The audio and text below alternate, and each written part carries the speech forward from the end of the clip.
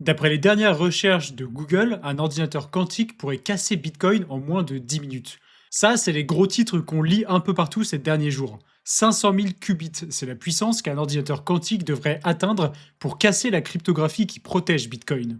En une seule publication, Google vient de diviser par 20 les estimations précédentes.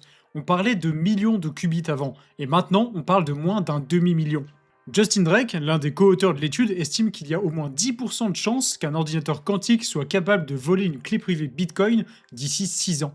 Et pourtant, au moment où on se parle, le meilleur processeur quantique au monde, c'est Willow, fabriqué par Google, dont on avait déjà parlé avant. Il a 105 qubits, pas 500 000. Alors pourquoi est-ce que cette publication a fait autant de bruit? La réponse, c'est que ce papier ne parle pas d'aujourd'hui, il parle d'un compte à rebours. Et ce compte à rebours vient d'accélérer brutalement. Alors qu'est-ce que Google a vraiment découvert? Est-ce que c'est vraiment une si grande menace pour les cryptos? Et surtout, est-ce qu'on a les moyens de s'en protéger? Vous allez voir, les réponses ne sont pas si évidentes que ça. Avant de continuer, petit point sur le partenaire de cette vidéo. Avec Ledger, c'est l'occasion de reprendre le contrôle, et en ce moment, il y a une promo assez dingue. Et cette dernière se termine très bientôt. Jusqu'au 6 avril inclus, Ledger vous offre du Bitcoin livré directement avec votre appareil. On parle de 80$ en BTC avec le Stax, 70$ avec le Flex, et 40$ avec le tout nouveau Nano Gen 5, qui est en promo pour la première fois. Même les Nano X et les Nano S Plus sont concernés avec 20 et 10$ en BTC offerts. Et pour ceux qui veulent sécuriser leur seed phrase sur du métal, le CryptoTac Zeus est aussi en promo pour la première fois avec 20$ en BTC offerts. Et petit bonus, si vous ajoutez un abonnement d'1 an à Ledger Recover, c'est 10$ en BTC supplémentaires. Comme d'habitude, je vous mets le lien spécial pour profiter des offres en description, et il reste plus que 4 jours pour appliquer la promo, alors profitez-en. Allez, retour à la vidéo. Pour comprendre l'ampleur de ce qui vient de se passer, il faut d'abord comprendre ce que Google a réellement publié. Le white paper, il présente 2 circuits quantiques capables en théorie de casser la courbe qui protège les signatures de Bitcoin et d'Ethereum. Ce qu'il faut retenir, on va pas rentrer dans le détail, c'est que sur un ordinateur quantique, ces 2 circuits tournent sur moins de 500 000 qubits physiques, et une exécution en quelques minutes seulement. L'estimation précédente, celle du papier de Lintinsky en 2023, c'était environ 9 millions de qubits physiques. On passe de 9 millions à 500 000. Et attention, c'est uniquement grâce à de l'optimisation algorithmique. Aucune avancée hardware, juste des maths. Et c'est assez effrayant quand on y pense. Et ce qui est intéressant aussi, c'est ce que Google a décidé de ne pas montrer.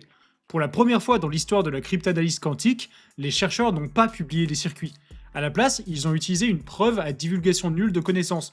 Vous savez, c'est ce qu'on appelle une ZK proof, pour permettre à n'importe qui de vérifier que leurs résultats sont vrais, sans jamais révéler le mode d'emploi de l'attaque. Ils ont même consulté le gouvernement américain avant de publier. Google a prouvé que c'est faisable, mais ils refusent de montrer comment, et ça c'est du jamais vu. En fait, faut savoir qu'en sécurité informatique, il y a 2 modèles grosso modo. D'un côté, il y a le no disclosure, c'est-à-dire qu'on ne divulgue rien pour ne pas donner des armes aux attaquants, et de l'autre côté, il y a le full disclosure, c'est-à-dire qu'on donne tout et comme ça on encourage les corrections. Google a décidé de se positionner entre les deux, et c'est tout à leur honneur. Ils le disent explicitement, des estimations non scientifiques et non fondées sur la menace quantique peuvent elles-mêmes constituer une attaque contre l'écosystème crypto. En gros, ils reconnaissent que la panique est aussi dangereuse que la menace elle-même, parce que la valeur des cryptos repose autant sur la confiance du public que sur la sécurité technique du réseau. C'est pour ça qu'ils ont choisi cette approche de divulgation plus responsable selon eux.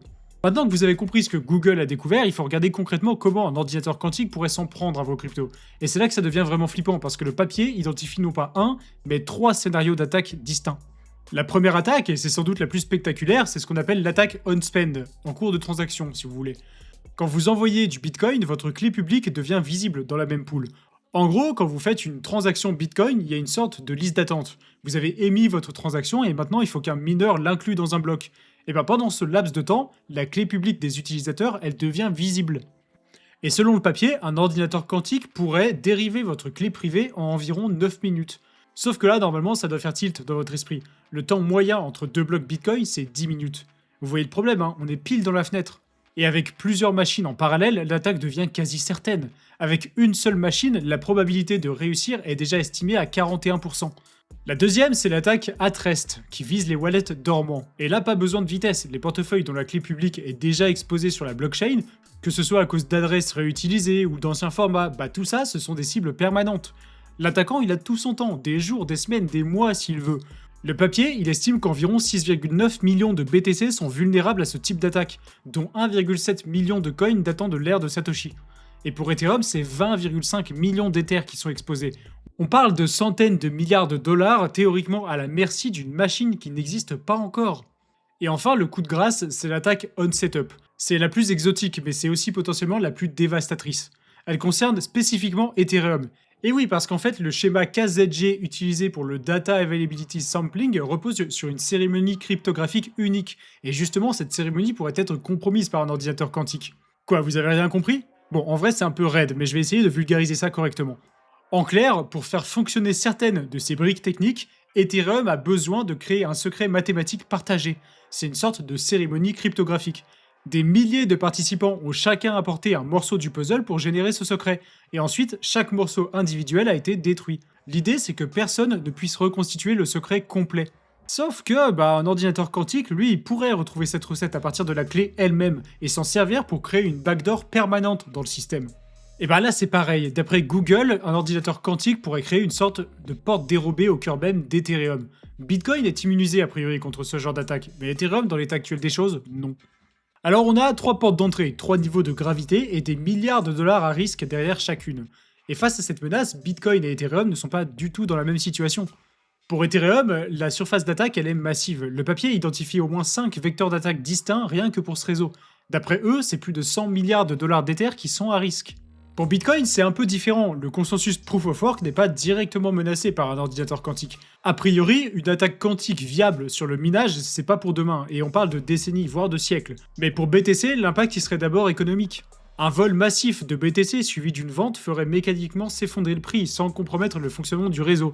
Mais la vraie bombe à retardement, ce sont les BTC dormants. Les coins de Satoshi, environ 1,1 million de BTC stockés dans d'anciens formats. Ces coins ne peuvent pas être migrés vers des adresses quantum safe. Personne ne détient les clés, ils sont là, exposés, et ils le resteront. Ethereum risque une crise systémique, Bitcoin risque un séisme économique. Et justement, le problème le plus explosif politiquement, c'est celui des coins qu'on peut pas protéger. Le papier de Google, il introduit un concept fascinant, celui du sauvetage numérique. L'idée, c'est de s'inspirer du droit maritime de sauvetage. Vous savez, ces lois qui définissent qui a le droit de récupérer la cargaison d'un navire échoué. Et Google propose d'appliquer la même logique au Bitcoin dormant. Parce que la communauté va devoir trancher et aucune des options sur la table n'est confortable. La première option, c'est on brûle les coins. On trace une ligne dans le sable, on fixe une deadline et tout ce qui n'a pas bougé est détruit. Le problème, c'est qu'on introduit de la censure dans un protocole qui refuse toute forme de censure dans sa philosophie. Brûler les coins de Satoshi, symboliquement, c'est une hérésie pour une partie de la communauté. La deuxième option, c'est qu'on impose une période de migration avec un retrait limité dans le temps. C'est plus doux, mais ça revient au même pour les coins dont personne ne possède les clés. Ils resteront vulnérables. Et la troisième option, c'est on ne fait rien. On laisse les acteurs équipés d'un ordinateur quantique récupérer ses fonds en mode trésor de guerre. Ça veut dire qu'un État ou une entreprise suffisamment avancée technologiquement pourrait un jour mettre la main sur plusieurs millions de BTC d'un coup. Vous imaginez bien l'impact que ça aurait sur le marché, mais avant de céder à la panique, il faut regarder l'autre côté du tableau. Parce que les développeurs, ils sont pas restés là les bras croisés, loin de là. Du côté d'Ethereum, la fondation a pris les devants depuis un moment déjà. Elle a lancé un hub entièrement dédié à la sécurité post-quantique avec des tests hebdomadaires sur des réseaux dédiés. Le plan, c'est une migration complète d'ici 2029. Ça fait 8 ans que les équipes d'Ethereum bossent sur le sujet, et le papier de Google mentionne d'ailleurs ces efforts comme des exemples pionniers. La feuille de route, elle est là, elle est publique et elle avance. Du côté de Bitcoin, c'est plus compliqué. En février 2026, la BIB 360 a été fusionnée dans le repo officiel des Bitcoin Proven Proposal. C'est un nouveau type de sortie qui s'appelle Pay to Merkle Root et qui permet de masquer les clés publiques. C'est un premier pas important, mais il faut bien comprendre que ça ne remplace pas les signatures par des alternatives quantum resistant. Ça réduit l'exposition, mais ça ne résout pas le problème de fond, si vous voulez. En parallèle, il y a un projet qui s'appelle Shrimps, des signatures post-quantiques, conçues spécifiquement pour Bitcoin, 3 fois plus petites que les standards du NIST, donc très bien optimisées. C'est déjà en test à l'heure où je vous parle, donc les solutions techniques, elles existent, et elles sont en train d'être développées. Mais le véritable problème, c'est la gouvernance, et qu'on s'entende bien sur cette question. On aime beaucoup dire que Bitcoin est en sécurité parce qu'un ordinateur quantique fera sauter tout le reste bien avant. Les mots de passe, la finance traditionnelle, tout. Cet argument, il est recevable, mais il oublie quelque chose d'ultra important. Ces fameux systèmes traditionnels, pour la plupart, c'est facile de les mettre à jour. Google s'est fixé 2029 comme deadline interne pour migrer ses propres systèmes. La NSA américaine, elle vise 2030. Mais Bitcoin, il n'a pas de CEO, il n'a pas d'équipe d'ingénierie centralisée, il n'a pas de calendrier imposé. La dernière update majeure, c'était Taproot, et elle a pris des années de discussion avant d'être activée. Et là, on parle d'un changement encore plus profond que ça. La fenêtre se resserre, le problème reste adressable, mais chaque mois compte.